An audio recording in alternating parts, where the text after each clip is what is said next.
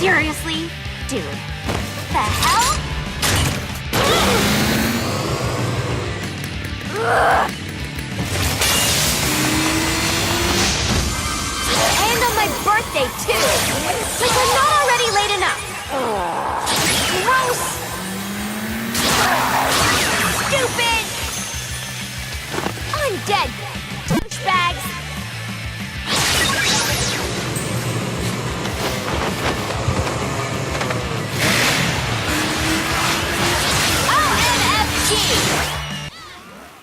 Hi there, my name is Dalfridge, and this is my review for Lollipop Chainsaw.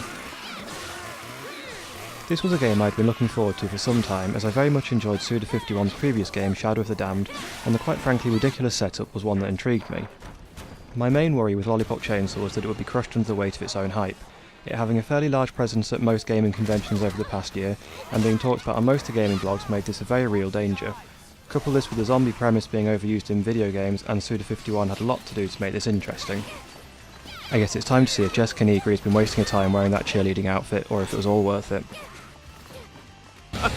Oh man, there's nothing more hysterical to me than watching this world burn. This world, this government, this society made my life a hell. Well, now everyone is gonna know a life of hell forever!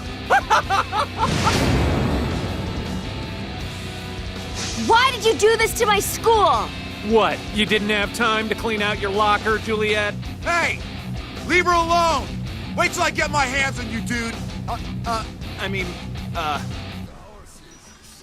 The story of Lollipop Chainsaw is fairly standard.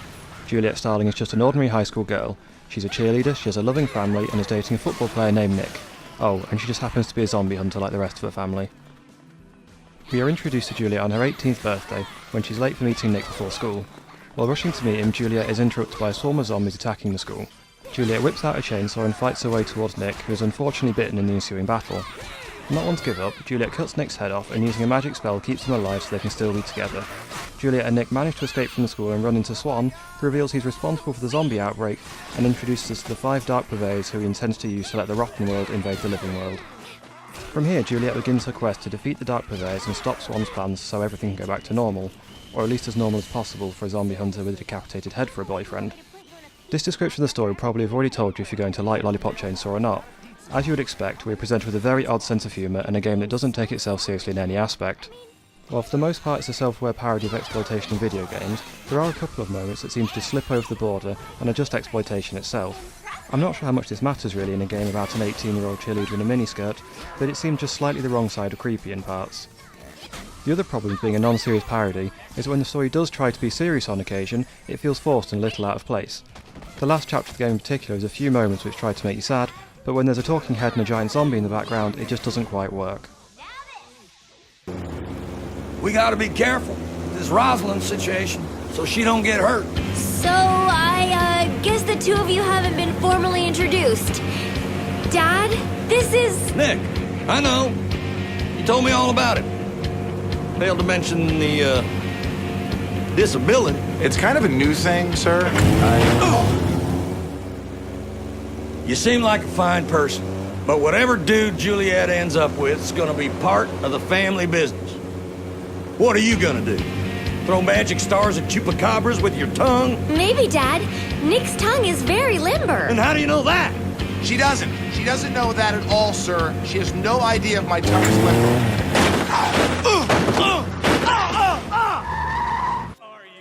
As fans of previous Suda51 games will be expecting, here we have a mix of a competent hack and slash game with a compelling story, and several short, odd mini-game sections. For the most part, you'll be playing as Juliet with her pom-poms and chainsaw, bashing and slashing at the zombie hordes. Every now and then, though, you'll be taken out of this to do something strange such as zombie basketball, where you have to score points by cutting zombie heads into the basket. The 4th stage in particular has a lot of these sections, where you go inside video games and you have to play Pac-Man, move in and out of doors and lifts to move up a level, move a gondola up the side of a building, and fight zombies while avoiding a game of Pong. While these can be fun and stop the hack and slash from getting tedious, they can be very frustrating in their own right. The gondola part in particular I found infuriating and just wanted to skip past it. Other parts are much more fun though, such as when Julia gets high on mushrooms and runs zombies over on a combine harvester while listening to Dead or Alive.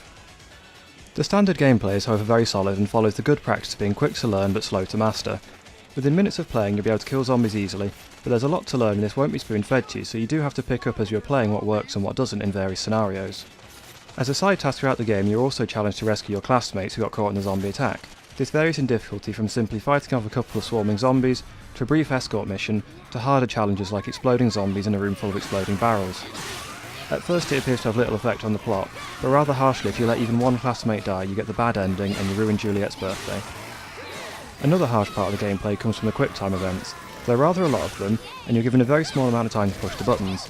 If you miss the time limit or press the wrong button, it's back to the last checkpoint with you. I won't rant on about QuickTime events, as you probably already know if you like them in games or not, but personally I'd rather play without them. There's some stuff I didn't tell you before, okay? I didn't want you to think I was weird. I'm kinda, sort of... What? Juliet? don't know how to say it exactly. Zombies! Zombies! Coming to kill us now! I'm a zombie hunter. What? Ah! Ah!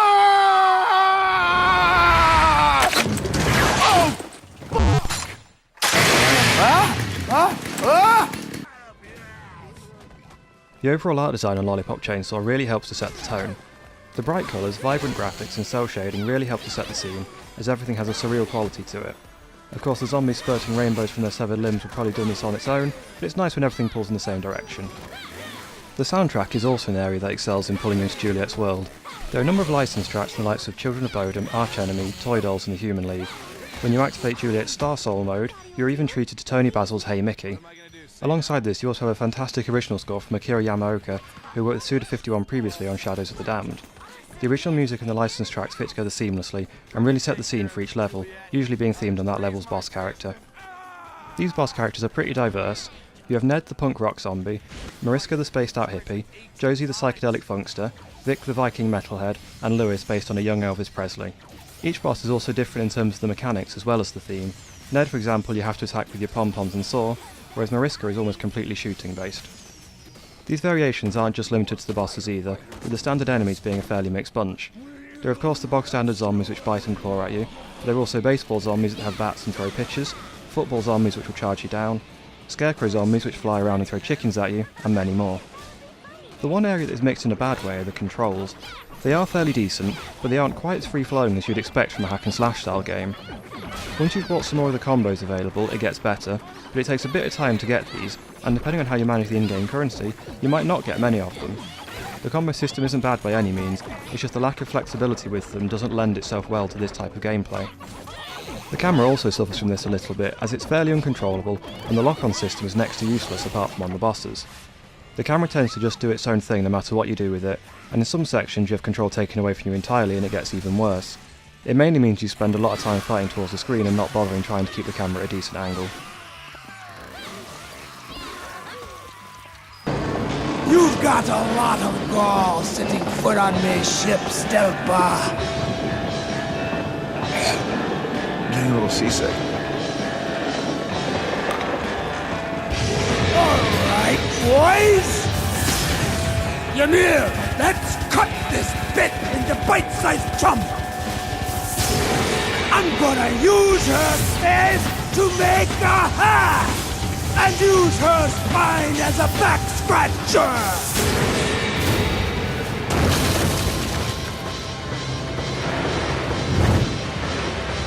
Let's show her the Viking way! Ha ha ha ha ha! In total, the campaign was really short, lasting around 5 hours, which is at least partly due to the lack of difficulty to the game. Generally speaking, it's fairly easygoing, and even though it's fairly unforgiving, there's an abundance of health pickups so you can just heal and move on. I imagine this is less of an issue on high difficulty levels, but I would expect some level of challenge on normal still. In fact, I don't think I died once during normal gameplay, always on a QuickTime event or during one of the random mini-games. The boss fights in particular are a strong example of this, such as on my first attempt at the final boss, I managed to complete an entire phase without dodging his attacks. I of course died later in a QuickTime event on a phase change. While Lollipop Chainsaw is very short, it's clearly designed to be a game that's replayed over a lot. For starters, you won't get nearly enough tokens in a single playthrough to unlock all the combos, let alone the upgrades, costumes and music. You also have the option of playing any completed level in a ranking mode, in which you choose between score attack, time attack and medal attack, medals being the in-game currency. In these modes, you play with all your previously purchased upgrades, and you have to complete each level with no continues, at the end of which you place on the world leaderboards and see how you stack up compared to other zombie hunters. Add this to all the collectibles, both in terms of items and enemies to defeat, some of which only show up on the second playthrough, and you have a lot to bring you back into Juliet's world even after the campaign is done. Lollipop Chainsaw is one of the most insane and original games I've played in a long time, and it's one I should be returning to for quite a while. Sorry, the game's over. While you check out the enormous deadly explosion...